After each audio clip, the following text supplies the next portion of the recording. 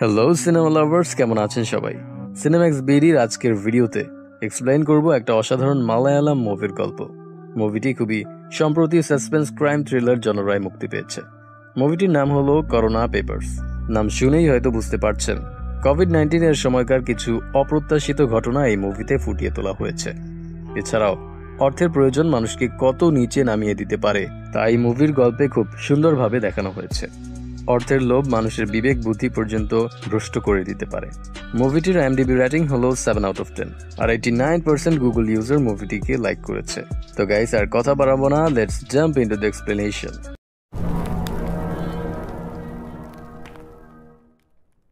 মুভির শুরুতে আমরা দেখতে পাই ভোরবেলা এক অজ্ঞাত ব্যক্তিকে কেউ পিস্তল নিয়ে ধাওয়া করছে। সেই লোকটা নিজের প্রাণ বাঁচাতে এলোপাতাড়ি ছুটে যাচ্ছিল। এক পর্যায়ে লোকটা একটা গাড়ির সাথে অ্যাক্সিডেন্ট করে বসে এবং পিস্তল হাতে যে লোকটি ওই ব্যক্তিকে ধাওয়া করছিল সে সামনে যেয়ে দেখতে পায় লোকটি মারা গেছে। সিন এখান থেকে চেঞ্জ হয়ে একটা বৃদ্ধ লোককে দেখানো হয়। সে জগিং করে বাড়ি ফিরছিল। পথিমধ্যে অচেনা একজন সেই বৃদ্ধকে গুলি করে মেরে হত্যা করে ফেলে এবং গাড়ি নিয়ে পালিয়ে যায়। এখান থেকে সিন চলে আসে একটা থানায়। মুস্তাফা নামের এক ছেলে তার বাবার সাথে পুলিশ স্টেশনে এসেছে, কারণ মুস্তাফার গাড়িটি কয়েকদিন ধরে নিখোঁজ। সে গাড়িটির মিসিং কমপ্লেইন লেখাতে চায়। কিছুক্ষণ পর থানার এসআই এসে মুস্তাফার কাছে তার গাড়ির নাম্বার এবং অন্যান্য ডিটেলস জানতে চায়। উত্তরে মুস্তাফা তার গাড়ির রং এবং নাম্বার সহ অন্যান্য বিষয়বস্তু বিস্তারিতভাবে বলতে থাকে, যেগুলো শুনে সেই অফিসার অনেক রাগান্বিত হয়ে যায় এবং সে উঠে দাঁড়িয়ে মুস্তাফাকে থাপ্পড় মেরে বসে। আসলে মুস্তাফা যেই গাড়িটির বর্ণনা দিয়েছে এবং যেই নাম্বার প্লেটের কথা বলেছে ঠিক একই গাড়ি একটা ক্রাইম স্পট থেকে উদ্ধার করা হয়েছে। আসলে সেই গাড়িটি এক ব্যক্তির মার্ডার হওয়ার স্থান থেকে শনাক্ত করা হয়েছে। কিছুক্ষণ আগেই আমরা যে বৃদ্ধকে খুন হতে দেখলাম, খুনি সেই গাড়িতে করেই পালিয়েছে।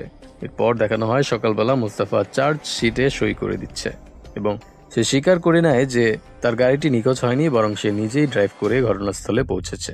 আসলে গত রাতে মুস্তাফা এবং তার বাবাকে অপরাধ স্বীকার করে নেওয়ার জন্য অনেক প্রেশার দেওয়া হয়েছে, তাই উপায় না পেয়ে মুস্তাফা মিথ্যে স্টেটমেন্ট দিয়েছে।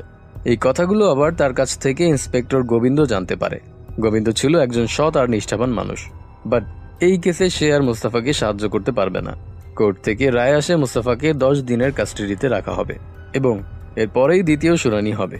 কিন্তু গোবিন্দ তাকে কাস্টাডিতে নিয়ে যাওয়ার সময় পথিমধ্যে ইন্সপেক্টর ইউসুফ এসে বলে মুস্তাফাকে এসিপি ম্যাডাম ক্রাইম স্পটে ডাকছে।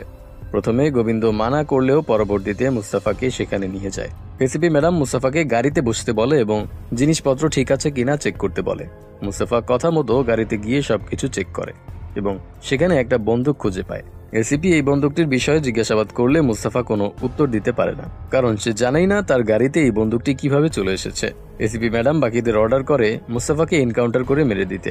আসলে এসিপির এই কেসে এত ইন্টারেস্ট দেখানোর কারণ হলো এই কেসটি তার পার্সোনাল ইস্যু, কারণ যে ব্যক্তি মার্ডার হয়েছে সে হলো এসিপির শ্বশুর জাস্টিস জেকব। মুস্তাফার বাবা এমন অনৈতিক কথা শুনে সামনে এগিয়ে আসে প্রতিবাদ করতে, কিন্তু এসিপি তাকে এক গুলিতেই পরপারে পাঠিয়ে দেয়। অপরদিকে মুস্তাফা এনকাউন্টারের কথা শুনে দৌড়ে পালাতে শুরু করে। এসিপিও তাকে ধাওয়া করতে থাকে। এক পর্যায়ে একটি ব্রিজের উপর উঠে এসিপি পেছন থেকে মুস্তাফাকে শুট করে দেয়। সে গুলির আঘাতে পানিতে পড়ে যায়। এসিপি ম্যাডাম ইউসুফকে বলে দেয় মুস্তাফার বাবাকে ওই পানিতে ফেলে দিতে এবং নতুন আরেকটি কেস ফাইল সাজাতে, আর সেই ফাইলে যাতে ইন্সপেক্টর গোবিন্দর ব্যাপারে উল্লেখ থাকে। মানে কেসটি এমনভাবে সাজাতে হবে যে মুস্তাফা প্রথমে গোবিন্দকে অ্যাটাক করেছে আর নিজের ডিফেন্সে গোবিন্দ মুস্তাফাকে তার বাবা সহ মেরে দিয়েছে। এখান থেকে 4 বছর সামনে চলে যায়। আমরা দেখতে পাই ইন্সপেক্টর গোবিন্দ এই 4 বছর যাবৎ সাসপেন্ড হয়ে রয়েছে। তার স্ত্রী নন্দিনীর প্রাণঘাতী এক রোগ হয়েছে, যার কারণে সে সরকারি হসপিটালে থাকে। গোবিন্দের ছেলে আর ছেলের বউ তার কোনো খেয়াল রাখে না। গোবিন্দ কিছু খাবার প্যাক করে নন্দিনীর সাথে হসপিটালে দেখা করতে চলে যায়। এখানে গোবিন্দ বলে সে খুব দ্রুত পেনশনের টাকা দিয়ে তার চিকিৎসা করিয়ে নেবে। এরপর সে আদালতে চলে যায়। এখানে এক লয়ারের সাথে গোবিন্দ অনেকক্ষণ যাবৎ ডিসকাশন করে। আসলে 4 বছর আগের সেই মুস্তাফার কেস এখনো চলমান, আর সেই কারণে এই গোবিন্দের পেনশনের টাকা আটকে রয়েছে। কিন্তু গোবিন্দ সেই লয়ারকে অনেক আকুতি মিনতি করে জানায় যে তার খুব শীঘ্রই টাকাগুলো প্রয়োজন, না হলে তার স্ত্রী মারা যাবে। সিন চেঞ্জ হলে কোচি শহরের একটা পুলিশ স্টেশন দেখানো হয়। আপ্পু নামের এক পুলিশ অফিসারের কাছে এক লোকাল গুন্ডা ঘুষ নিয়ে আসে এবং সেই অফিসার সাদরে সেটি গ্রহণ করে নেয়। এখান থেকে আমরা তার চরিত্র সম্পর্কে ধারণা পাই। আসলে এই আপ্পু নামক অফিসার একদমই ভালো নয়। কিছুক্ষণ পর পিল্লাই নামক আরেকজন অফিসার আপ্পুর সাথে দেখা করতে আসে। আসলে ডিআইজি জোসেফ তাকে একটা নতুন কেসে ইনভলভ করেছেন। তাকে মাইলেক নামের এক গ্যাংস্টারের উপরে নজরদারি করতে হবে, তবে সেটা সিভিলে থেকে, মানে গোপনে আর কি। সেদিনই আবার স্টেশনে এক নতুন এসআই জয়েন করে, যার নাম হলো রাহুল। আর ইনি হলেন আজকের গল্পের প্রধান চরিত্র। আপ্পু তাকে বাইরে গিয়ে ডিউটি করতে বলে, তবে পিল্লাই স্যার জানায় ডিআইজি স্পেশাল ভাবে বলে দিয়েছেন যে এই রাহুলকে অন্তত 2 মাস থানার এক্সপিরিয়েন্স করিয়ে তারপরেই ফিল্ডে পাঠানোর জন্য। তবে রাহুল নতুন জয়েন করাতে সে কোয়ার্টে থাকতে পারবে না, তার থাকা খাওয়ার ব্যবস্থা পিল্লাই স্যারের বাড়িতে করে দেওয়া হয়। অপরদিকে থানায় শ্রীনিবাস নামক এক বৃদ্ধ লোক আসে একটি কমপ্লেইন লেখানোর জন্য। আসলে এক ব্যক্তি তার দাদার আমলের একটা পুরনো দোকান অবৈধভাবে জব্দ করতে চাইছে। শ্রীনিবাস প্রতিদিনই থানায় আসে কমপ্লেইন লেখানোর জন্য, কিন্তু কেউ তার কথা শোনে না। আজকে তার দোকানের ডকুমেন্টসগুলো এক ইন্সপেক্টর নিজের কাছে রেখে দেয় এবং শ্রীনিবাসকে বলে সে কেসটি দেখবে। তাদের এই কথাবার্তা দূর থেকে রাহুল আবার সব শুনে ফেলে। রাতের বেলা রাহুল পিল্লাই স্যারের বাড়িতে চলে যায়। এখানে সে তার মায়ের সাথে ফোনে কথা বলে। সে তার পরিবারকে অনেক মিস করছিল। এর পরের দিন সকালবেলা আপ্পু সেই ইন্সপেক্টরকে বলে দেয় শ্রীনিবাসের ডকুমেন্টসগুলোকে পুড়িয়ে দিতে। অপরদিকে বাহিরে ভিনা নামের এক সাংবাদিক শ্রীনিবাসকে নিয়ে একটা রিপোর্ট তৈরি করছিল। সেখানে তার সাথে আপ্পুর কথা কাটাকাটি হয়। তবে ভিনা খুবই সাহসী একজন নারী, সে আপ্পুর হুমকি ধামকিতে ভয় পায় না। পিল্লাই আপ্পুকে শান্ত করে ভেতরে নিয়ে যায়। অপরদিকে ভিনা শ্রীনিবাসকে নিয়ে সেই ইন্সপেক্টরের কাছে যায় এবং তার কেসটি চালু করতে বলে। ইন্সপেক্টর এখানে মিথ্যা বলে যে শ্রীনিবাস তাকে কোনো অরিজিনাল ডকুমেন্টস দেয়নি, তাই কেসটিও চালু করা যাবে না। এটা আবার রাহুল শুনে ফেলে। সে ওই ইন্সপেক্টরের সাথে রাগারাগি করতে শুরু করে, কারণ রাহুল নিজেই শ্রীনিবাসকে ওই ডকুমেন্টসগুলো তার কাছে রেখে যেতে দেখেছিল।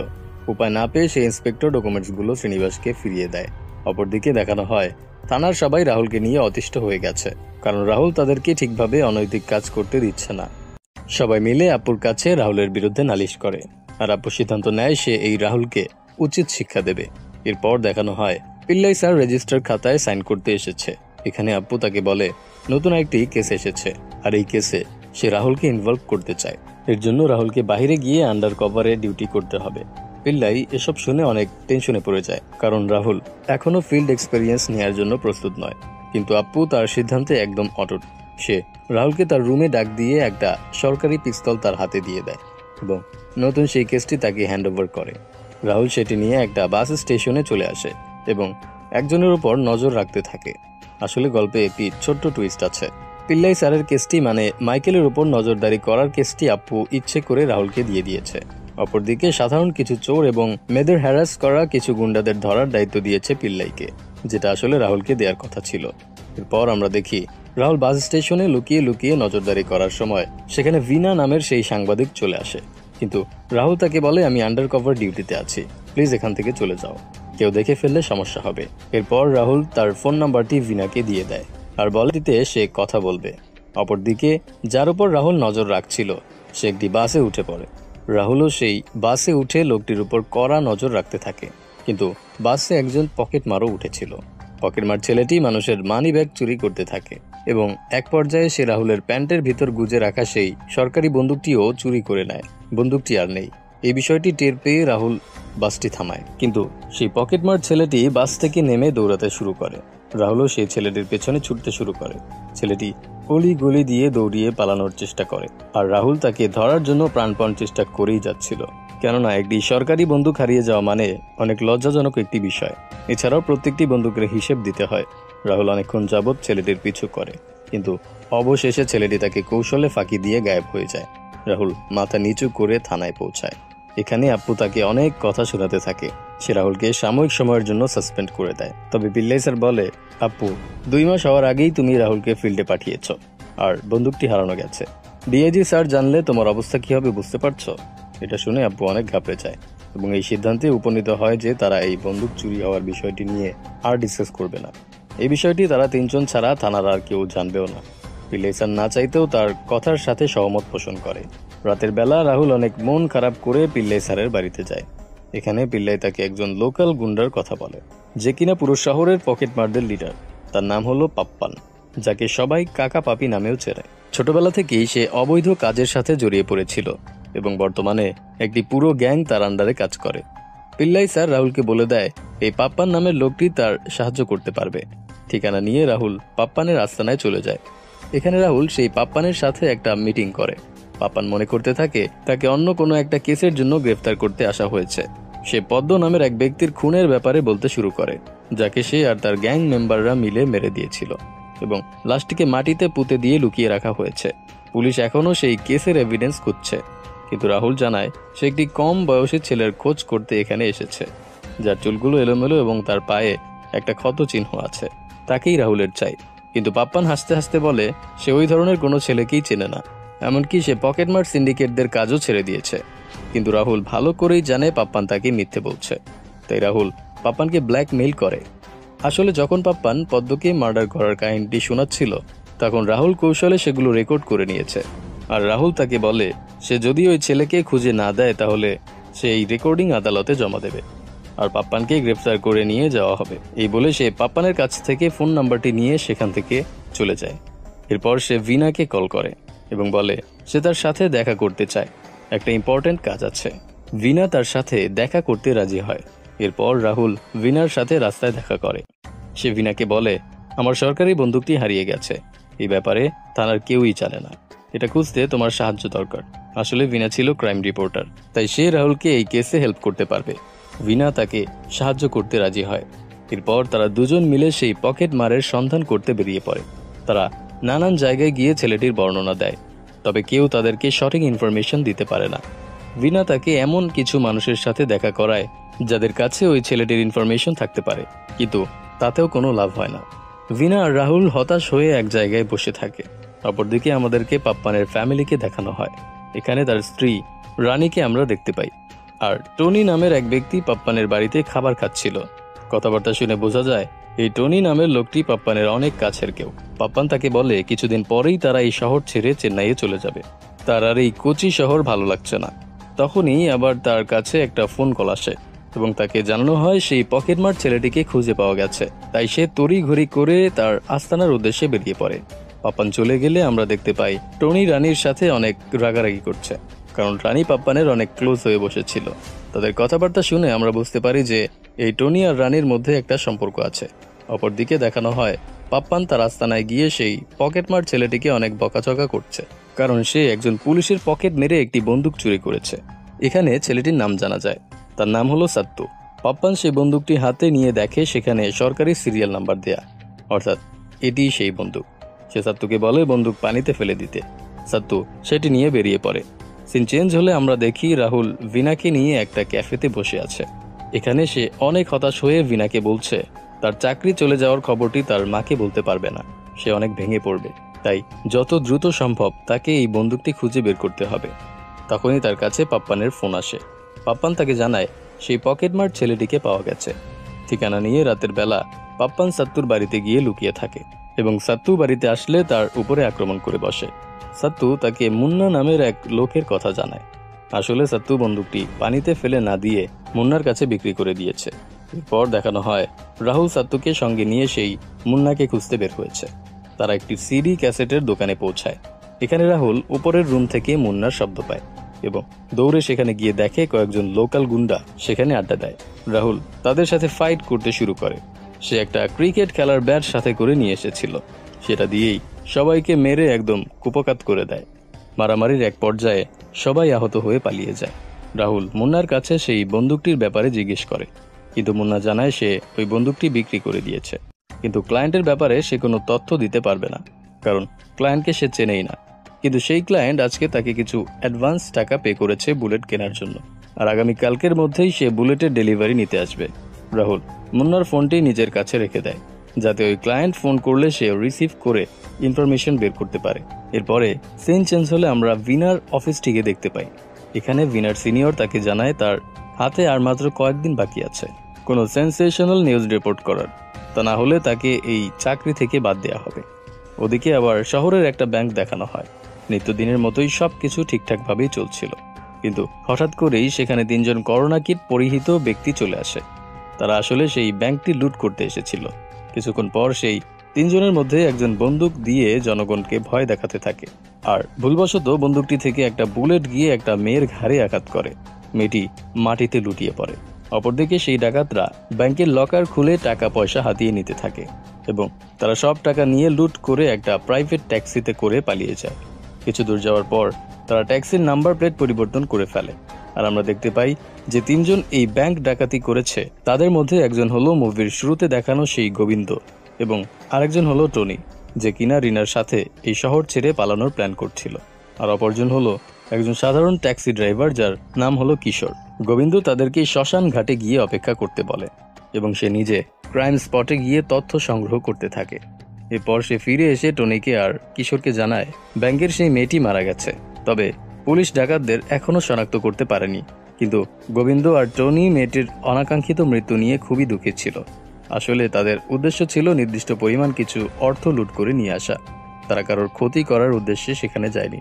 গোবিন্দ তাদের দুজনকে বলে দেয় এই বিষয়টিকে ভুলে যেতে এবং আবারও আগের মতো স্বাভাবিক আচরণ করতে।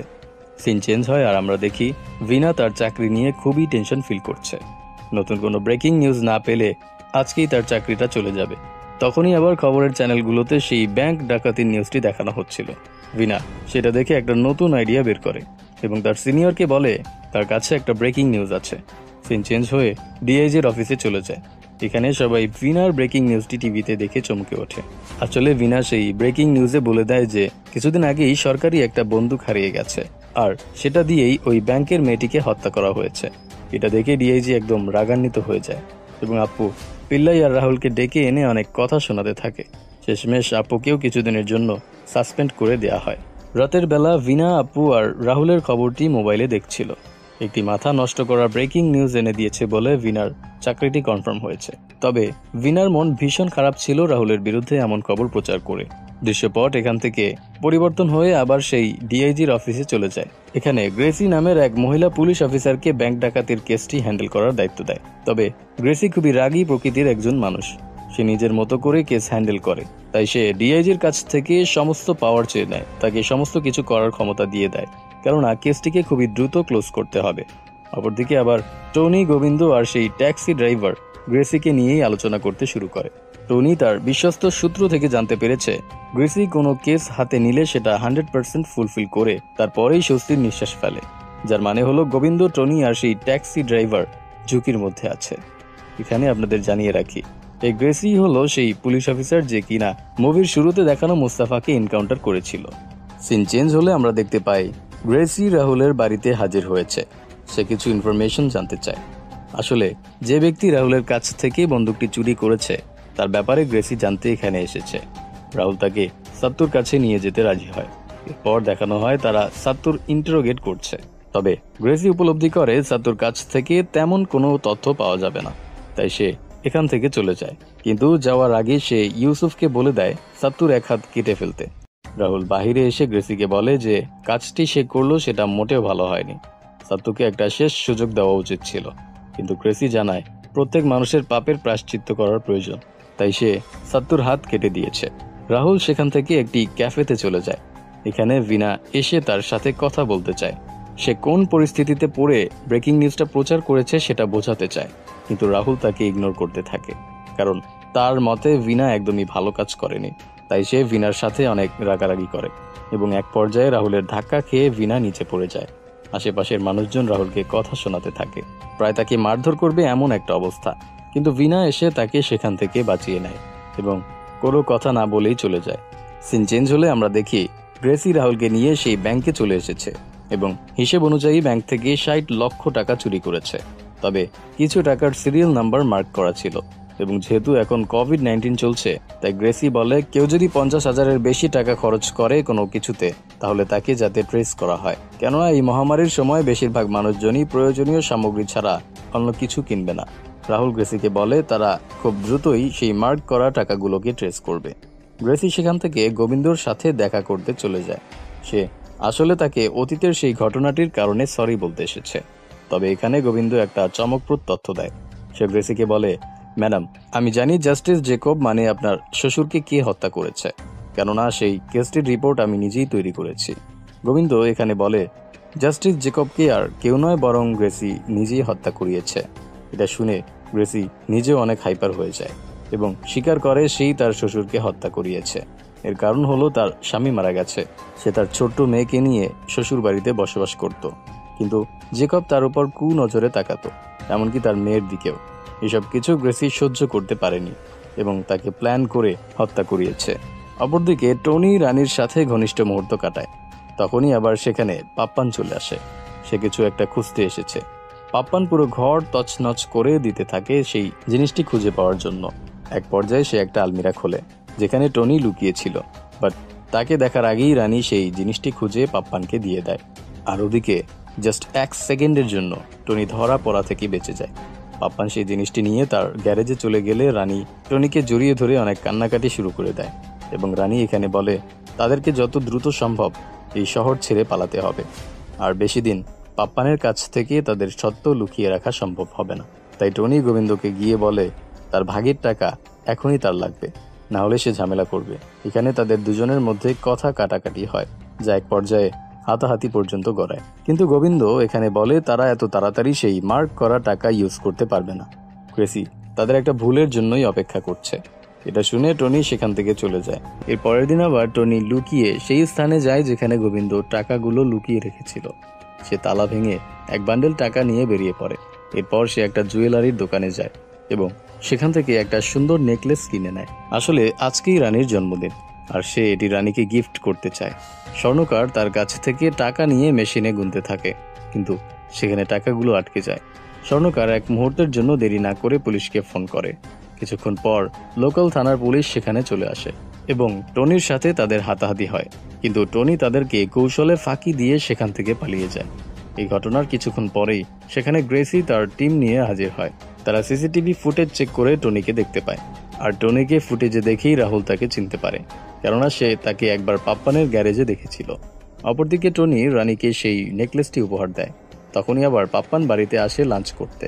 সে টনিকেও ঘরে দেখে ফেলে, কিন্তু এই মুহূর্তে সে টনিকে সন্দেহ করে না। সে ভাবে টনি জাস্ট নর্মালি রানীকে উইশ করতে এখানে এসেছে। টনি খাবার না খেয়েই সেখান থেকে চলে যায়। অপরদিকে পাপ্পান রানীর গলায় দামি সেই নেকলেসটি দেখতে পায়। সে এটির ব্যাপারে রানীকে জিজ্ঞেস করতে থাকে। রানী এখানে মিথ্যে বলে যে সে এটি কিস্তিতে কিনেছে। সেই মুহূর্তে আবার পাপ্পানকে ফোন করে জানানো হয় তার গ্যারেজে পুলিশ অফিসাররা এসেছে। পাপ্পান দ্রুত তার গ্যারেজে পৌঁছায়।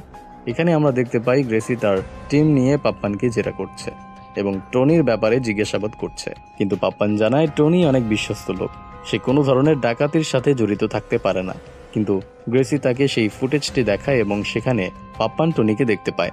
তবে এর থেকেও বড় কথা, সে বুঝতে পারে টনি তার স্ত্রী রানীকে সেই নেকলেসটি গিফট করেছে। এখানে গ্রেসি তার স্ত্রীকে নিয়ে মজা করতে শুরু করে, যে কারণে পাপ্পান অনেক রাগান্বিত হয়ে যায় এবং গ্রেসির সাথে মারামারি শুরু করে দেয়। এক পর্যায়ে সে গ্রেসিকে আহত করে দিয়ে বাহিরে আসে এবং বাইকে করে টনিকে খুঁজতে বের হবে। ঠিক সেই সময় পেছন থেকে রাহুল তার উপর আক্রমণ করে বসে। এখানে আমরা একটা দুর্দান্ত আর লম্বা ফাইট সিকোয়েন্স দেখতে পাই। রাহুল পাপ্পানের সাথে খুবই দারুণভাবে ফাইট করে যাচ্ছিল, কিন্তু পাপ্পানের হাতে ছিল একটা বন্দুক। সে রাহুলকে শেষ করেই দেবে, তখনই পেছন থেকে এসে গ্রেসি তাকে শুট করে দেয় এবং পাপ্পান সেখানেই মৃত্যুবরণ করে। ওদিকে আবার গোবিন্দ টের পেয়েছে টনি তার ঘর থেকে টাকা চুরি করেছে, তাই সে টনির সাথে অনেক রাগারাগি করে, কিন্তু টনি তাকে মারধর করে পুরো টাকার ব্যাগটা নিয়েই পালাতে শুরু করে দেয়। গোবিন্দ সেই সরকারি বন্দুকটি বের করে তার পেছনে ধাওয়া করে এবং একটি বুলেট টনির পায়ে যেও আঘাত করে, ফলে সে ব্যালেন্স হারিয়ে ফেলে এবং বিল্ডিংয়ের উপর থেকে নিচে পড়ে গিয়ে মৃত্যুবরণ করে। তখনই আবার সেখানে কিশোর তার গাড়িটি নিয়ে চলে আসে। গোবিন্দ নিচে নেমে কিশোরকে বোঝায় সে টনিকে ইচ্ছে করেই মারেনি, ভুলবশত সে উপর থেকে নিচে পড়ে গেছে। এরপর তারা দুজন মিলে টনিকে গাড়ির ব্যাক সাইডে রেখে দেয় এবং লাশটিকে শ্মশান ঘাটে নিয়ে যাওয়ার জন্য প্রস্তুতি নিতে থাকে। কিন্তু পথিমধ্যেই একটা চেক পোস্ট বসানো হয়। পুলিশরা এসে কিশোরের গাড়িটিকে আটকে দেয়। তারা ব্যাক সাইড খুলে দেখাতে বলে। কিশোর নেমে গিয়ে ব্যাক সাইড খুলতেই যাবে, ঠিক সেই মুহূর্তেই একজন অফিসার গোবিন্দকে দেখে চিনতে পারে এবং তল্লাশি করা ছাড়াই কিশোরের গাড়িকে যেতে দেয়। তারা শ্মশান ঘাটে গিয়ে টনির লাশটিকে দাফন করে দেয়। কিন্তু তখনই আবার টনির ফোন ট্রেস করে সেখানে পুলিশের গাড়ি চলে আসে। গোবিন্দ দূর থেকে পুলিশের গাড়ি দেখতে পেয়ে দ্রুত সে স্থান ত্যাগ করে। গ্রেসি তার টিম নিয়ে সেখানে পৌঁছায় এবং গাড়ির টায়ারের ছাপ দেখতে পায়, আর এর পাশেই নতুন দাফন করা একটি কবর। অপরদিকে গোবিন্দ কিশোরটা নির্জন স্থানে ডেকে নেয়। সে বলে তার ভাগের টাকা তাকে বুঝিয়ে দিবে এবং এরপর তারা আর দেখাও করবে না। কিন্তু কিশোর টাকা নিতে এসে উল্টো দিকে গাড়ি চালানো শুরু করে, কারণ সে গোবিন্দকে ভরসা করতে পারছিল না। গোবিন্দ তাকে ফোন করে বলতে থাকে, কি রে, তুই টাকা নিবি না? তোর বোনের বিয়ে দিবি না? টনি আহমেদের সাথে কথা বলে তোর বিদেশ যাওয়ার ব্যবস্থাও করে দিয়েছিল, সেখানেও তো টাকা লাগবে, কোথায় পাবি এত টাকা? এসব শুনে কিশোরের সন্দেহ আরো পাকাপোক্ত হয়ে যায়, কেননা গোবিন্দ তাদেরকে বলেছিল সে তাদের সম্পর্কে কিছুই জানে না, অথচ সে এখন তার পার্সোনাল লাইফের সব কাহিনী শোনাচ্ছে। এর পরের দিন সকালবেলা গ্রেসি তার টিম নিয়ে ডিসকাশনে বসে। আসলে টনির ফোন রেকর্ড চেক করে আহমেদের নাম্বার পাওয়া গিয়েছে, আর তার মাধ্যমেই দ্বিতীয় ডাকাত মানে কিশোরকে ধরা যাবে। গ্রেসি রাহুলের সাথে ইউসুফকে এবং আরও কিছু অফিসারকে লোকেশনে পাঠিয়ে দেয়। সেখানে গিয়ে তারা কিশোরের খোঁজ করতে থাকে, কিন্তু সেই জায়গাটি ছিল জনবহুল একটি মার্কেট, আর এখানে কিশোরদের খুঁজে বের করা অনেক কষ্টসাধ্য হবে। তাই রাহুল একটা বুদ্ধি বের করে। সে কিশোরকে ফোন করে বলে তাকে পুলিশ খুঁজতে বের হয়েছে এবং তার আশেপাশেই পুলিশরা ঘুরপাক খাচ্ছে। রাহুল তাকে দৌড়ে পালাতে বলে, আর কিশোরও ভয়ে দৌড়াতে শুরু করে। রাহুল কিশোরকে দৌড়াতে দেখেই বুঝে যায় এই ব্যক্তি হলো দ্বিতীয় ব্যাংক ডাকাত, তাই সে কিশোরকে ধরে ফেলে। এরপর দেখানো হয় কিশোরকে ইন্টারোগেট করা হচ্ছে। কিশোর এখানে কনফেস করে যে সে গোবিন্দকে ভালো করে চেনে না, তবে সে মানিক নামের এক ছেলের চায়ের দোকানে প্রথমবার গোবিন্দর সাথে পরিচিত হয়েছিল এবং গোবিন্দ সেই চায়ের দোকানেই রেগুলার চা খেত। কিছুক্ষণ পর গ্রেসি ইন্টারোগেট করতে এগিয়ে আসে এবং সে কিশোরকে দিয়ে গোবিন্দকে ফোন করায়। কিশোর গোবিন্দর বাড়ির অ্যাড্রেসটি জেনে নেয় এবং গোবিন্দর কাছ থেকে তার পাওনা টাকা চায়। উত্তরে গোবিন্দ বলে দেয় তাকে বাস স্ট্যান্ডে এসে টাকাগুলো নিয়ে যেতে হবে। ফোনটি রেখে দিলে গ্রেসি গোবিন্দর সোসাইটিতে এসে পড়ে এবং গোবিন্দর ফ্ল্যাটে ঢুকে পড়ে। কিন্তু এখানে একটি টুইস্ট রিভিল হয়ে যায়, আর সেটা হলো গোবিন্দ আসলে তার ভুল নাম সবাইকে বলেছে। তার আসল নাম হলো শঙ্কর, আর গোবিন্দ নামটি আসলে তার প্রতিবেশীর নাম, যে কিনা কয়েক বছর ধরে হুইল চেয়ারে চলাফেরা করে। অতএব পুলিশের কাছে এখন একটি উপায় আছে শঙ্করকে ধরার, আর সেটি হলো বাস স্ট্যান্ডে কিশোর টাকা দিতে আসলে সেখান থেকে তাকে ধরে ফেলা। তাই সবাই এর পরের দিন বাস স্ট্যান্ডে গিয়ে অপেক্ষা করতে থাকে। ওদিকে শঙ্কর একটা মাস্ক পরে কৌশলে কিশোরদের একটা অটোতে উঠিয়ে নেয় এবং দ্রুত সেখান থেকে যাওয়া শুরু করে। রাহুল আর গ্রেসিও তাদের অটো ফলো করতে থাকে, কিন্তু শঙ্কর বুঝতে পারে কিশোরদের ফোনটি ট্রেস করা হচ্ছে। তাই সে ফোনটি অন্য একটা অটোতে ফেলে দিয়ে গ্রেসিকে ধোকা দিয়ে দেয়। তবে রাহুল এখনো শঙ্করের অটোটি ফলো করে যাচ্ছিল, কারণ সে অটোটির নাম্বার মুখস্থ করেই ফেলেছিল। কিছুক্ষণ পর শঙ্কর কিশোরকে একটা ক্যাফেতে নিয়ে আসে এবং এখানে কিশোরকে চায়ের সাথে বিষ মিশিয়ে পান করায়। কিশোর সেটা খেয়ে মারা যায়, আর এর কিছুক্ষণ পর রাহুল সেখানে পৌঁছায়। ততক্ষণে শঙ্কর তার কাজ শেষ করে ক্যাফে থেকে বের হয়ে গিয়েছে। সিন চেঞ্জ হলে আমরা কোর্টে রাহুলকে দেখতে পাই। কিছুক্ষণ পর শঙ্করও সেই কোর্টে হাজির হয়। আসলে তার সাসপেনশনের ব্যাপারে কনফেশন দিতে হবে। এখানে শঙ্কর রাহুলকে একটা কলম দিয়ে সাহায্য করে। কিছুক্ষণ পর শঙ্কর আদালতের জাজদের কাছে সব কনফেস করে বাহিরে আসে এবং খুব ক্লান্ত হয়ে মাটিতে পড়ে যায়। রাহুল তাকে দেখে দৌড়ে গিয়ে চিকিৎসা কেন্দ্রে নিয়ে যায়। শঙ্করের জ্ঞান ফিরলে সে নিজেকে একটা হসপিটালের বেডে আবিষ্কার করে। তখনই আবার রাহুল সেখানে হাজির হয়। আসলে সেই শঙ্করের চিকিৎসার টাকা পে করে দিয়েছে। এরপর দেখানো হয় শঙ্কর রাহুলকে একটা কফি শপে নিয়ে এসেছে। এখানে সে কথায় কথায় বলে দেয় সে শুধুমাত্র ব্ল্যাক টি খায়, তাও আবার চিনি ছাড়া। এরপর রাহুল ভিনার সাথে দেখা করতে যায়। আসলে রাহুল এখন অতীতের সবকিছু ভুলে গিয়ে নতুনভাবে ভিনার সাথে সম্পর্ক তৈরি করে নিয়েছে। ভিনা এখানে বলে সে আগামীকালকে রাহুলকে মানিকের দোকানে চা খাওয়াবে। রাতের বেলা রাহুলের ঘুম আসে না, সে শুধু সেই চায়ের দোকানের ব্যাপারেই ভাবতে থাকে। কিছুক্ষণ পর তার মনে পড়ে কিশোর বলেছিল 3 নম্বর ডাকাত সেই মানিকের দোকানেই রেগুলার চা খেত। সে মানিকের কাছ থেকে জানতে পারে সেই ব্যক্তি সবসময় চিনি ছাড়া ব্ল্যাক টি খেত এবং তার মাথায় চুলও নেই। এসব শুনে রাহুল বুঝতে পারে গতকালকে তার সাথে দেখা হওয়া শঙ্করই হলো সবকিছুর পেছনের মাস্টার মাইন্ড। তাই সে মানিককে নিয়ে থানায় পৌঁছায়, কারণ শঙ্করের একটি স্কেচ তৈরি করতে হবে। অপরদিকে গ্রেসি ইউসুফের কাছ থেকে জানতে পারে শঙ্কর তার অতীতের করা সেই এনকাউন্টার এবং খুনের ব্যাপারে সব সত্যি কথা কনফেস করে দিয়েছে, আর কোর্ট থেকে গ্রেসির বিরুদ্ধে যে কোনো সময় শুনানি আসতে পারে। গ্রেসি একটু ভাবনা চিন্তা করে বুঝতে পারে শঙ্কর আসলে সেদিন তার বলা কনফেশন মোবাইলে রেকর্ড করে নিয়েছে এবং সেটা যদি কোর্টে পেশ করা হয় তাহলে গ্রেসির চাকরি নিশ্চিত চলে যাবে। এর কিছুক্ষণ পর শঙ্করের কেসটিও তৈরি হয়ে যায় এবং গ্রেসি সেটা দেখেই বুঝতে পারে ব্যাংক ডাকাতিকারী ব্যক্তিও শঙ্কর নিজেই। তাই সে তার টিম নিয়ে বেরিয়ে পড়ে শঙ্করকে খুঁজতে, কিন্তু হসপিটালে গিয়ে দেখে সেখানে নন্দিনী নেই। অপরদিকে রাহুল শঙ্করকে খুঁজে পায়। শঙ্কর খুবই মন খারাপ করে বসেছিল। আসলে নন্দিনী মারা গিয়েছে। সবকিছু যার জন্য করলো সেই এখন আর পৃথিবীতে নেই। তাই শঙ্কর ডিসাইড করে সে সারেন্ডার করবে। রাহুল তাকে নিয়ে আদালতে যাওয়া শুরু করে, কিন্তু তখনই আবার গ্রেসি ফোন করে রাহুলকে বলে দেয় শঙ্করকে তাদের সিক্রেট হাইড আউটে নিয়ে যেতে। রাহুল কথা মতন শঙ্করকে সেই হাইড আউটে নিয়ে যায়, কিন্তু শঙ্কর বুঝে যায় গ্রেসি তাকে মারতে এসেছে। তাই সে রাহুলকে গ্রেসির করা সব কুকর্ম ফাঁস করে দেয়। মোবাইলে সেই ভিডিওটি দেখে রাহুল দ্রুত শঙ্করকে নিয়ে সেখান থেকে যাওয়া শুরু করে, কিন্তু ততক্ষণে দেরি হয়ে গেছে। গ্রেসি তার লোকজন নিয়ে সেখানে চলে এসেছে। এরপর গ্রেসি শঙ্করের কাছ থেকে সেই ভিডিও ফুটেজটি চায়, কিন্তু শঙ্কর সেটা দেবে না বলে জানিয়ে দেয়। উল্টো সে গ্রেসির দিকে বন্দুক তাক করে, কিন্তু বন্দুকের গুলি অলরেডি সব শেষ হয়ে গেছে। তাই সুযোগ বুঝে গ্রেসি তাকে হত্যা করে ফেলে। এরপর সে রাহুলের কাছ থেকে ফোনটি নিয়ে নেয় এবং আরেকটি মিথ্যে কেস সাজানোর পরিকল্পনা করে। তারা রাহুলকেই পরপারে পাঠানোর প্ল্যান করে এবং এমন একটি কেস সাজায় যেখানে শঙ্কর প্রথমেই রাহুলের উপর আক্রমণ করে এবং তাকে গুলি করে মেরে দেয়।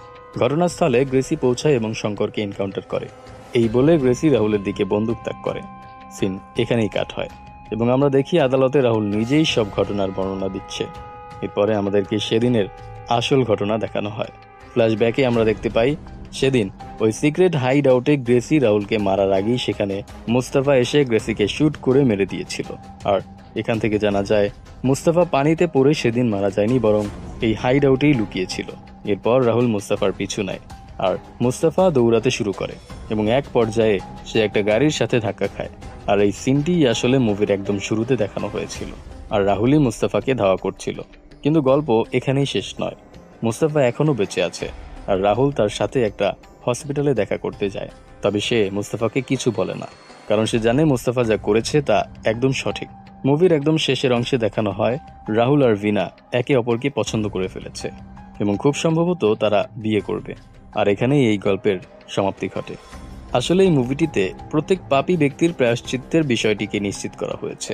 যেমন সেই গ্যারেজের মালিক পাপ্পান, যে কিনা আগে ড্রাগসের ব্যবসা করত, তার থেকে শুরু করে একদম গ্রেসি পর্যন্ত সবাই নিজ নিজ পাপের সাজা পেয়ে গেছে। তো গাইস, এই ছিল আজকের ভিডিও। এতক্ষণ আমি আরাফাত ছিলাম আপনাদের সাথে। কেমন লাগলো আজকের মুভির গল্প এবং এক্সপ্লেনেশন তা কমেন্ট করে জানাতে ভুলবেন না। ভিডিওটি ভালো লেগে থাকলে একটা থামস আপ দিবেন এবং বন্ধুদের শেয়ার করতে ভুলবেন না। দেখা হচ্ছে পরবর্তী ভিডিওতে কোনো একটা অসাধারণ গল্প নিয়ে। সে পর্যন্ত ভালো থাকুন, সুস্থ থাকুন আর সিনেম্যাক্স বিডির সাথেই থাকুন। আল্লাহ হাফেজ।